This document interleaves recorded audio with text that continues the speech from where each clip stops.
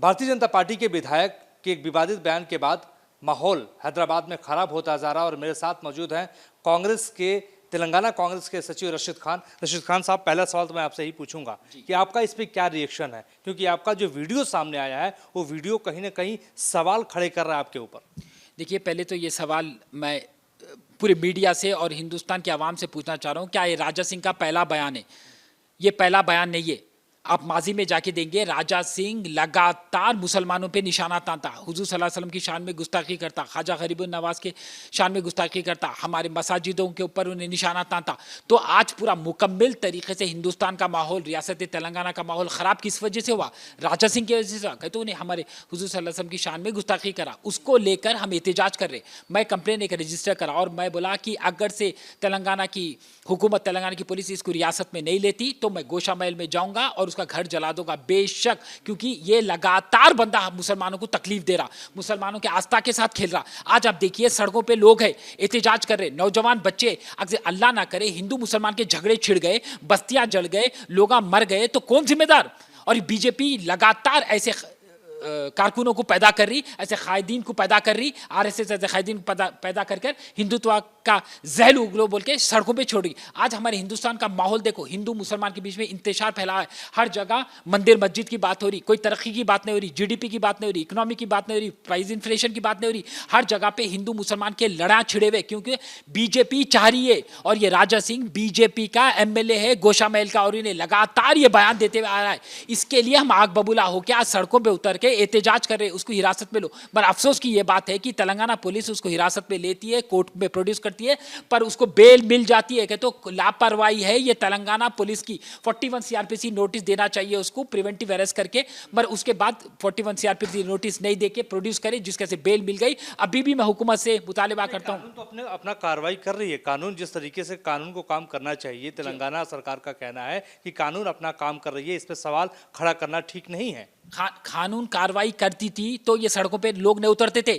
मैं यही तो बोलना चाह रहा हूँ, राजा सिंह का ये पहला बयान नहीं है। आप माजी में जाके कई एफआईआर दर्ज है, कई एफआईआर इन्हें नौजबिल्ला हमारे इस्लाम को लेकर निशाना ताना सो एफआईआर है। कभी तेलंगाना की पुलिस उसको हिरासत में ले ली? ये बात ली क्योंकि सड़क पे लोग उतर गए और उनको पता चल गया कि अवाम आग बबूला हो गई, गोशा महल में दाखिल होने वाली है, उसका घर जला देने के लिए तैयार है बोल के। ये डर से तेलंगाना की पुलिस उसको हिरासत में लेके जाके कोर्ट में प्रोड्यूस करती। तक सही है कि सर तन से जुदा, ये नारे का क्या आप समर्थन करते हैं? देखिए, पहली बात तो ये नारेबाजी जो हो रही है, सर तन से जुदा, ये क्यों हो रही है? अगर से ऐसे लोग बयानबाजी नहीं करेंगे, हमारे हुजूर सल्लल्लाहु अलैहि वसल्लम की शान में गुस्ताखी नहीं करेंगे, तो ऐसी बयानबाजी नहीं होगी। और एक याद रख लीजिए, मुसलमान अपने प्यारे नबी के लिए सर कटा सकता है, अपने खून के नदियां बहा सकता है, अपनी जानो माल को कुर्बान कर सकता है, उसके जो उसकी आस्था का सवाल है, ये समझना चाहिए। हिंदुस्तान की हुकूमत समझना चाहिए कि तो हम दस्तूर से मोहब्बत करते, हिंदुस्तान से, तिरंगे से, यहाँ के कानून से मोहब्बत करते, मगर ऐसे लोग माहौल खराब कर रहे। राजा सिंह जैसे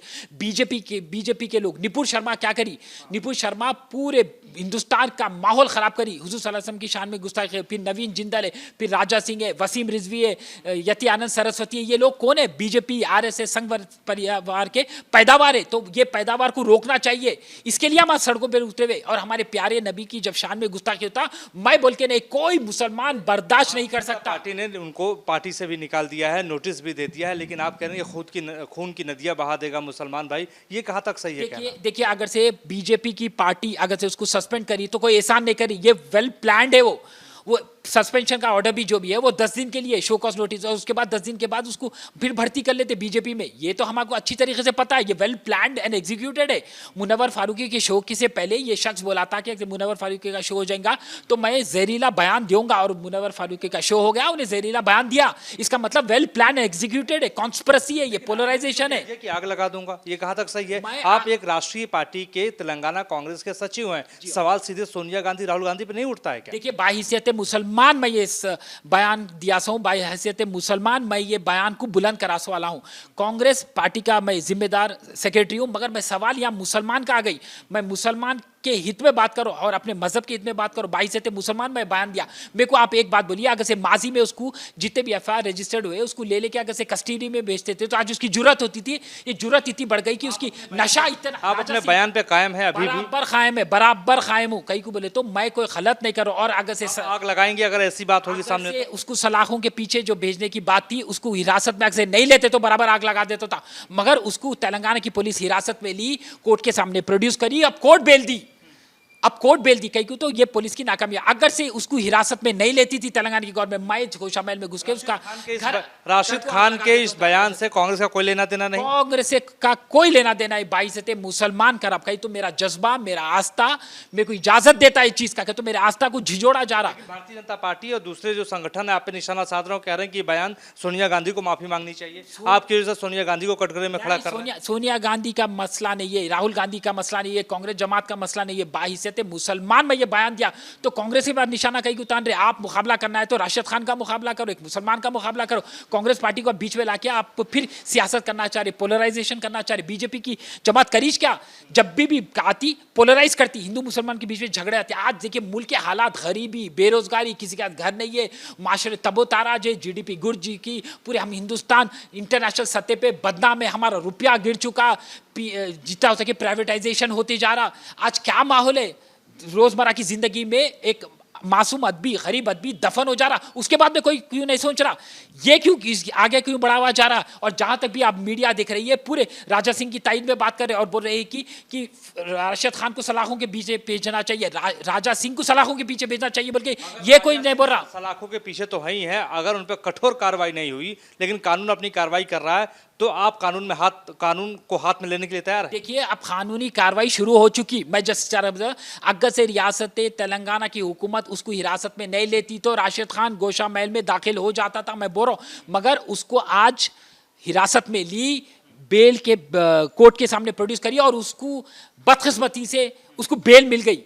बेल नहीं मिलना चाहिए था, उसको कटघरे में पीछे सलाखों के पीछे भेज के फास्ट ट्रैक के जरिए से उसको अंडर ट्रायल करते हुए उसको सजा देना चाहिए था। उसके ऊपर पीडी एक्ट बुक होना चाहिए। तो ये मुजरिम है, ये एक बार का बयान नहीं है, स्लिप ऑफ टंग नहीं है, ये लगातार सोची समझी साजिश है। और माजी में जाके ये कई एफआईआर दर्ज है इसके लिए बोल के मुसलमान है। और मैं अभी भी बोल रहा हूँ, इसको जब के बेल मिल गई, अभी मुसलमानों का गुस्सा थमा नहीं, मुसलमान थमा नहीं, अभी आपका भी गुस्सा थमा नहीं थमा मेरा गुस्सा। क्यों बोले तो मैं चाह रहा था कि जो ये कसूरवार है उसके हिसाब से उसको सलाखों के पीछे भेजना, मगर कोर्ट उसको बेल दे देता तो हम इंसाफ, मगर हम कानूनी पैरवी करेंगे। हम किस तरीके से अगर से जो 41 सीआरपीसी की नोटिस का मसला मैं पहले पता करूंगा, उसका मैं कानूनी कार्रवाई करूंगा, करके मैं ये देखूंगा कि उसको सलाखों के पीछे भेजना कैसा भी। मैं खामोश तो नहीं बैठने वाला हूं। बैठने वाले नहीं है। रशीद खान मेरे साथ खास बातचीत कर रहे थे और बता रहे थे कि अगर इस तरीके की बातें होती रहेंगी तो ये कानून हाथ में लेने को तैयार हैं। वीडियो जर्नलिस्ट मुकेश कुमार के साथ मोहित राज दुबे, न्यूज़ 18 हैदराबाद।